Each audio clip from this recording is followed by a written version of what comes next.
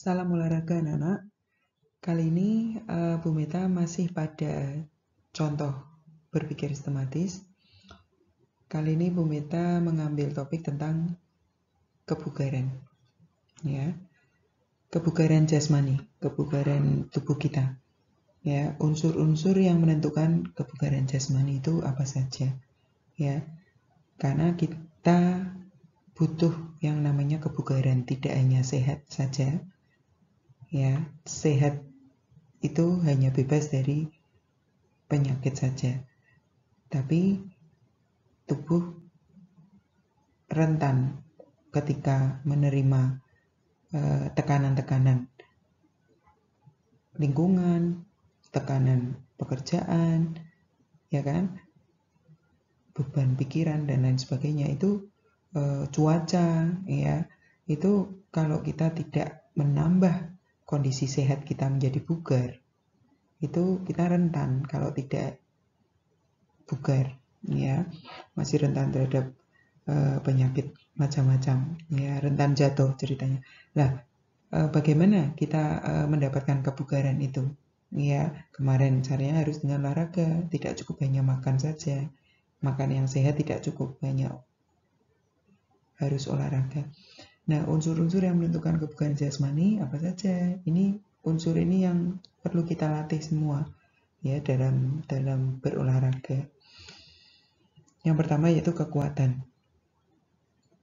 Fisik kita itu butuh yang namanya kekuatan, yaitu kemampuan tubuh untuk menahan beban seberat mungkin. Otot-otot kita, paru-paru kita, otot jantung kita itu harus dilatih agar kekuatan mereka itu baik, bahkan lebih dari baik, tidak hanya cukup aja, ya, sehingga mampu melaksanakan pekerjaan yang lebih berat. Sometimes kita perlu lembur, sometimes kita perlu bekerja lebih keras, ya. Yang kedua, kecepatan. Fisik kita ini juga perlu kecepatan, ya. Kecepatan yaitu kemampuan tubuh untuk bergerak secepat mungkin. Ini juga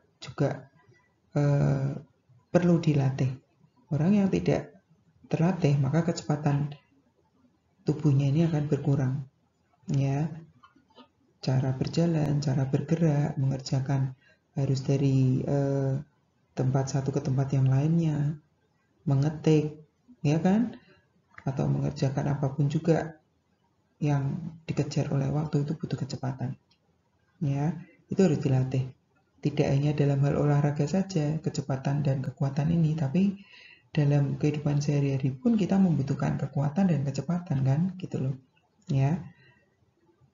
Yang ketiga, daya tahan, yaitu kemampuan tubuh untuk bergerak selama mungkin, beraktivitas maksudnya selama mungkin. Sekali lagi, kemampuan-kemampuan tubuh ini yang menentukan kebugaran jasmani ini tidak hanya diperlukan oleh seorang atlet saja, tapi orang biasa pun butuh untuk melakukan pekerjaan sehari-hari, ya. Yang keempat, kelincahan, yaitu kemampuan tubuh untuk bergerak berubah arah secepat mungkin tanpa kehilangan keseimbangan. Dari gerak lurus, lalu menghadap ke kanan, menghadap ke kiri, harus gerak menghindari sesuatu, ya, jongkok atau harus loncat sometimes, ya. Ketika kita jalan tiba-tiba ada jalan lubang atau ada ada yang agak menonjol jalannya atau kita tersandung sesuatu, itu kita kehilangan keseimbangan. Nah, orang yang punya keseimbangan yang bagus, ya, itu dia tidak akan jatuh karena dia mampu mengembalikan keseimbangan yang hilang ini menjadi normal kembali. Itu namanya kelincahan, ya, kecepatan untuk merubah posisi, ya. Itu dibutuhkan dalam kehidupan sehari-hari, naik motor, naik mobil, berjalan aja, ya. Apalagi seorang atlet itu sangat membutuhkan. Yang kelima, kelenturan, yaitu kemampuan tubuh untuk bergerak seluas mungkin. Bagaimana kita bisa mengulur otot-otot kita, persendian kita, ya, agar tidak kaku. Kalau nggak lentur, orang tuh kaku, ya, mau jongkok, mau berdiri, ototnya mudah tertarik, mudah robek, mudah cedera nanti kalau nggak lentur. Ya, seperti karet kalau udah nggak lentur, nggak pernah dilatih, didiemin saja, itu akan mudah patah, mudah robek, ya, artinya mudah cedera. Yang berikutnya yang keenam, keseimbangan, ya, yaitu kemampuan untuk mempertahankan keseimbangan tubuh ketika ditempatkan di berbagai posisi. Kita bisa menjaga keseimbangan nggak? Ya, ketika kita melewati jalan yang sempit atau berdiri di satu kaki dan lain sebagainya, bisa nggak jatuh. Ya. Yang berikutnya, koordinasi. Itu kemampuan seseorang mengintegrasikan berbagai gerakan yang berbeda dan mampu mengkoordinasikan seluruh bagian tubuh dengan baik. Ini lebih kompleks lagi, ya. Antara tangan, badan, kaki itu kadang bergerak yang berbeda dan itu perlu dikoordinasikan. Seperti pada pemain basket itu ketika dia lari secepat mungkin lalu loncat untuk bisa shoot, ya, menembak dengan cepat agar lawan-lawan tidak sempat untuk menghalanginya, itu dia bisa mengontrol antara kecepatan kaki, loncatan, tangan, itu dia bisa mengontrol beda-beda, bahkan sampai ke jari. Biasanya kalau pemula itu larinya cepat, loncatnya cepat, keburu-buru kan, takut direbut oleh lawan, lalu lemparannya juga, shootingnya juga ikut bertenaga. Jadi belum mampu mengkoordinasikan dengan baik antara kecepatan lari, loncat, lalu shootnya tangan, ini belum bisa berkoordinasi dengan baik. Ya, kalau orang yang sudah bisa berkoordinasi yang baik itu bisa antara tangan, badan, kaki, dan lain sebagainya, ya, persendian segala itu dia bisa berbeda-beda. Itu yang bisa mengecoh orang di situ.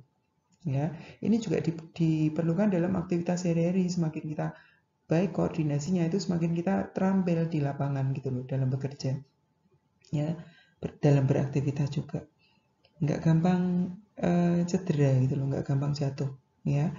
Terus yang ke-8, reaksi. Ini kemampuan seseorang untuk segera bertindak dan menanggapi suatu gerakan, rangsangan maupun stimulus yang ditangkap oleh indera. Kita seberapa cepat reaksi kita. Jangan sampai tiba-tiba ada orang nyebrang, kita terlambat reaksinya. Ya akhirnya nabrak. Seberapa cepat kita merespon ketika ada tiba-tiba kita terpeleset atau kita kaget, kita harus mengendalikan tubuh kita bagaimana. Ya, itu perlu dilatih semuanya, ya, agar aman kehidupan kita gitu loh. Yang berikutnya ketepatan, yaitu kemampuan tubuh dalam mengendalikan gerak bebas terhadap suatu sasaran. Ya, ada sasarannya, ada targetnya. Ya, kita bisa mengenai sasaran itu seberapa tepat. Ya, cara parkir mobil misalkan, ya kan, perlu ketepatan, mengendalikan gerakan-gerakan kita. Sasarannya sempit nih, ya, targetnya itu sempit, tempatnya sempit misalkan, ya, kira-kira seperti itu. Sekali lagi ini contoh berpikir sistematis. Kita harus memenuhi semua unsur-unsur ini ketika kita ingin mendapatkan kebugaran. Tidak bisanya kekuatan saja. Kalian fitnessan aja, gede badannya, berotot, keras ototnya, kuat, punya kekuatan yang bagus, tapi tidak punya keseimbangan, tidak punya kecepatan bergerak, tidak bisa koordinasi, itu kan juga timpang akhirnya. Ya, sebisa mungkin kalau mau latihan, ya semuanya dilatih agar bisa bugar secara utuh, baik untuk melakukan sebuah kegiatan. Gitu dulu, ya. Semoga bisa semakin paham untuk berpikir sistematis, ya.